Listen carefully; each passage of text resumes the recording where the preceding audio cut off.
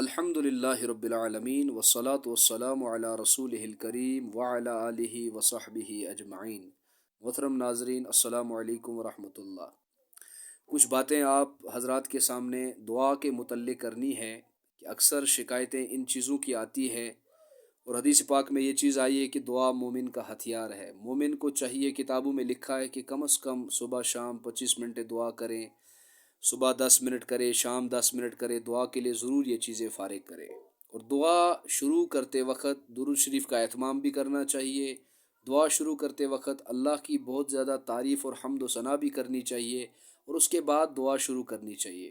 ہم چونکہ اسی کے کم کر دیں، ہم فوراً دعا مانگتے ہیں اور فوراً دعا دو چار الفاظ ہمیں یاد آ جاتے ہیں، باقی بھول جاتے ہیں، ہمیں آگے یاد ہی نہیں آتا ہے۔ اگر اسی ڈی سی اے کو ایسا کوئی درخواست کہن کا اتھا سا 10 مسئلے آ گئے، پانیاں دا مسئلہ، پاورا دا مسئلہ، اسی ساریاں گلاں اتھی ڈسکس کر دیں، ایک گلاں بھی آکھو۔ لیکن جب ہم اللہ کے سامنے جاتے ہیں، ہماری زبان گونگی ہو جاتی ہے، ہمیں بولنا بھی نہیں آتا، حتیٰ کہ ہم اکیلے میں ہوتے ہیں، تنہائی میں ہوتے ہیں، تھوڑا سا مانگنا پڑتا ہے۔ جب 2-3 الفاظ ہم زبان سے نکالتے ہیں، ہم گونگے ہو جاتے ہیں، یعنی کہ آگے ہمیں سمجھ نہیں آتی کہ ہمیں کیا مانگنا ہے، اور ہم نا امید ہو جاتے ہیں، کیونکہ دعا مانگنے کا سلیقہ نہیں آتا، دعا مانگنے کا طریقہ نہیں آتا۔ اس کے لیے ضروری ہے کہ رزق حلال انسان کھائے، انسان پاک دامن ہو، حیا والا ہو، دعا انسان کی قبول ہو جاتی ہے، اور فوراً اس دعا کا ثمر بھی ملتا ہے۔ انسان جب دعا کثرت سے کرتا ہے اور روتا رہتا ہے، بعض دفعہ اسے کوئی چیز نہیں ملتی اور وہ پریشان ہو جاتا ہے، وہ نا امید ہو جاتا ہے، مایوس ہو جاتا ہے، یوں سمجھتا ہے کہ میری دعائیں شاید قبول نہیں ہوتی، وہ روتا رہتا ہے۔ حتیٰ کہ فرشتے اللہ سے کہتے ہیں، یا اللہ یہ تو بہت روتا ہے، اسے یہ عطا کر دیجئے جو یہ مانگتا ہے۔ تو اللہ تعالیٰ اس در جواب میں واپس کہتے ہیں کہ میرے فرشتوں، میرے بندے کا مجھے دراصل رونا پسند ہے، گڑ گڑانا پسند ہے، اس کی آہیں سسکیاں مجھے پسند ہے، اگر میں اسے فوراً عطا کروں گا شاید یہ پھر نہ روئے۔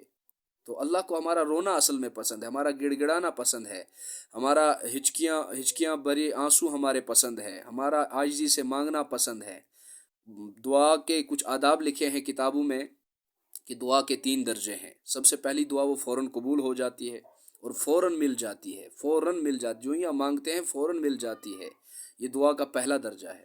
اور دوسری دعا کا درجہ یہ ہے کہ ہماری دعاؤں کے بدلے میں ہماری ہزاروں مصیبتیں ٹالی جاتی ہیں، ہمارے ہزاروں حالات ٹھیک کیے جاتے ہیں، بیماریوں کو ٹالا جاتا ہے، آفتوں کو ٹالا جاتا ہے، پریشانیوں کو ٹالا جاتا ہے۔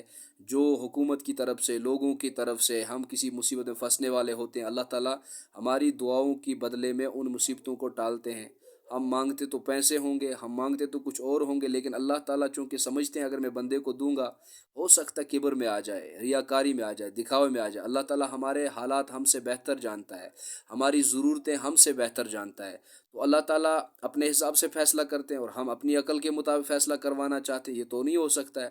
اللہ تو ہم سے بہتر جانتا ہے، اللہ نے ہماری عقل بنائی تو ہمارے خیالات کا، ہماری عقل کا، ہماری سوچ کا اس سے زیادہ اللہ کو پتہ ہے، اس سے بہتر جاننے والے ہیں، تو اللہ کے فیصلے پر راضی رہنا چاہیے۔ رضیت باللہ ربا۔ تو میرے بزرگوں، دوستو، ہم یہ سمجھتے ہیں کہ ہماری شاید دعا ہی قبول نہیں ہوتی، لیکن اللہ تعالیٰ اس دعا، دوسری درجے کی دعا کے بدلے ہماری مصیبتوں کو ٹالتا ہے۔ اور تیسری دعا جو ہے، تیسری قسم کی دعا، وہ اللہ تعالیٰ اپنے یہاں ہمارے اکاؤنٹوں میں جمع رکھتے ہیں، ہمارے لیے سٹور کر کے رکھتے ہیں، آخرت کے لیے ذخیرہ آخرت جمع رکھتے ہیں۔ تو جب ہم کل قیامت میں جائیں گے، اللہ تعالیٰ ہمیں سب نیکیاں جب عطا کریں گے تو کچھ نیکیاں سائیڈ میں پڑی ہوں گی، تو بندہ اللہ سے پوچھے گا، اے اللہ یہ نیکیاں کون سی ہے؟ تو اللہ کہے گا، جو تو سمجھتا تھا دنیا میں تیری دعائیں شاید قبول نہیں ہوتی، یہ ان دعاؤں کی نیکیاں ہیں، آج تو لے لے۔ اور میں نے اس لیے جمع رکھی ہیں کہ مجھے پتا تھا کہ آگے تیرے لیے خطرناک راستہ آنے والا ہے، پریشانیوں کی گاٹھی آنے والی ہے، پل صراط ہے، قبر ہے، محشر ہے، حساب کتاب ہے، لہٰذا میں نے تیرے لیے یہ دعائیں موجود رکھی۔ اور تو دنیا میں یہ سمجھتا تھا میری شاید دعائیں قبول نہیں ہوتی۔ دعا تو ہر کسی کی قبول ہوتی ہے، کچھ جلدی قبول ہو جاتی ہیں، کسی کے بدلے کچھ دعاؤں کے بدلے مصیبتیں ٹلتی ہیں، اور کچھ آخر میں قبول ہو جاتی ہیں، اور کچھ آخرت میں دی جائیں گی۔ تو یہ بندہ زبان سے کہے گا، اے اللہ کاش آپ نے میری ساری دعائیں قبول ہی دنیا میں نہ کی ہوتی، یہیں کے لیے موجود رکھی ہوتی، آج مجھے یہ کام آتی۔ میرے بزرگوں، دوستوں، خصوصاً نوجوان بچیوں کو، نوجوان لڑکوں کو، ماں بہنوں کو میری یہ گزارش ہے کہ زبان سے ایسے الفاظ نہ نکالے نعوذ باللہ کہ اللہ ہماری نہیں سنتا۔ اللہ تو کیڑے مکوڑوں کی بھی سنتا ہے، اللہ تو جانوروں کی بھی سنتا ہے، کتوں کی بھی سنتا ہے۔ ہم تو انسان ہیں، پھر اشرف المخلوقات ہیں، پھر مسلمان ہیں، پھر امت محمد صلی اللہ علیہ وسلم ہیں، پھر کلمہ پڑھنے والے ہیں۔ ہماری دعائیں ضرور قبول ہو جاتی ہیں، اپنی دعاؤں پر انسان کو امید ہونی چاہیے۔ ہاں صرف یہی خیال رکھنا چاہیے کہ میں رزق حلال کھاؤں، میں اللہ کے نبی صلی اللہ علیہ وسلم پر درود کثرت سے بھیجا کروں، میں استغفار کی کثرت کروں، میں اللہ کی حمد و ثنا اس طریقے سے کروں جس طریقے سے اللہ کا حق ہے۔ اور دعا مانگنے کا سلیقہ اگر نہ آتا ہو تو اللہ تعالیٰ سے مانگنا چاہیے، اللہ مجھے دعا مانگنے کا سلیقہ عطا فرما، مجھے دعا مانگنے کا وہ برتن عطا فرما، مجھے وہ جھولی عطا فرما، مجھے وہ الفاظ عطا فرما، مجھے وہ طریقہ عطا فرما۔ بعض بزرگ فرماتے ہیں کہ اگر اللہ سے کچھ لینا ہو، اللہ سے لینے والا بن جانا ہو، تو بازاروں میں آپ نے دیکھا ہوگا کہ وہ چھوٹے بچے فقیر معصوم مسکین شکل بنا کر آتے ہیں، اور ان کے کپڑے پرانے پھٹے ہوتے ہیں، مسکین شکل بنا کے آتے ہیں۔ وہ جب ہم مانگتے ہیں تو دل کرتا ہے نہیں انہیں کچھ دے کے ہی جاؤں، یعنی کہ دل پس جاتا ہے۔ تو ہمیں اللہ کے سامنے اسی طرح عاجزی، مسکینی سے، کمزوری سے، بے بسی، عاجزی کے ساتھ اللہ کے سامنے مانگنا چاہیے، اکڑ کر نہیں، تکبر سے نہیں، ریاکاری سے نہیں۔